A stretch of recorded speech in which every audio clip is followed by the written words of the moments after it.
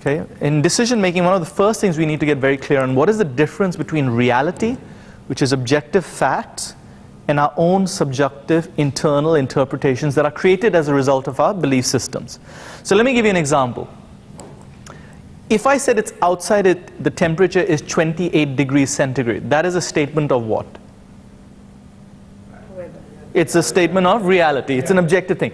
I'm either right about this or I am wrong about this, right? If you wanted to check if I was right or wrong about this, how could you check? Right, you can measure that. You go outside with a thermometer and it would be either 28 degrees or it won't. So you can say, Kanishk, you're either right about this or you're wrong. That's an objective fact, right? So let's define what a fact is. It's a statement of objective reality. Now, if somebody from London comes over here, he walks outside and he says, wow, this is a warm day, this is a hot day. And we're here going, oh, no, it's just a normal day, it's not so hot. Who is right over here? Is he right when he says it's a hot day? Or are we right when we say it's a normal day? Who's right? Both are right. Right, you know? And in fact, I'm going to go one step further. I'm going to say this is a statement that doesn't even fit the paradigm of right or wrong. Right? It's a little bit like saying, what does yellow smell like?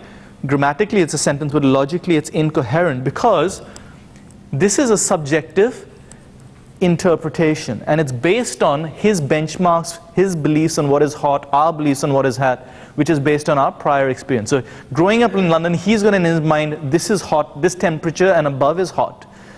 Growing up where we've grown up, we've got a certain idea of beliefs of what is hot, what is not. So our interpretations are very subjective.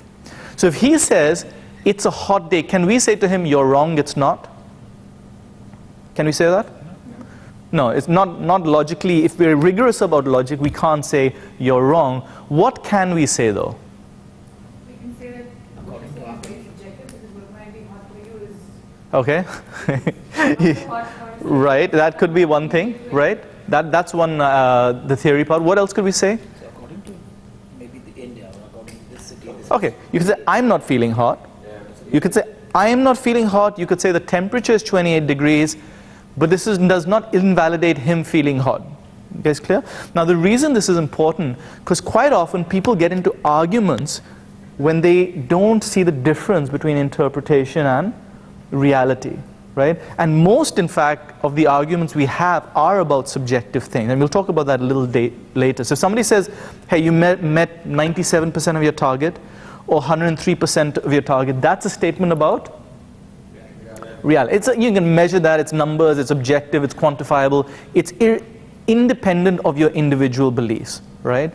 Now whether that result is good or bad is a interpretation. And most of the things we argue about, she is committed, he's a team player, you were very aggressive in that client meeting, it's an unreasonable client. All these things are statements of interpretation depending on our belief. So when we're making a decision, the first thing we need to do is be able to separate out, okay, what is the fact, what is my interpretation, what are my own biases, my beliefs, both for good and for bad. They help me making quick decisions so they can be well grounded, but I also just need to check them if something is not working, right?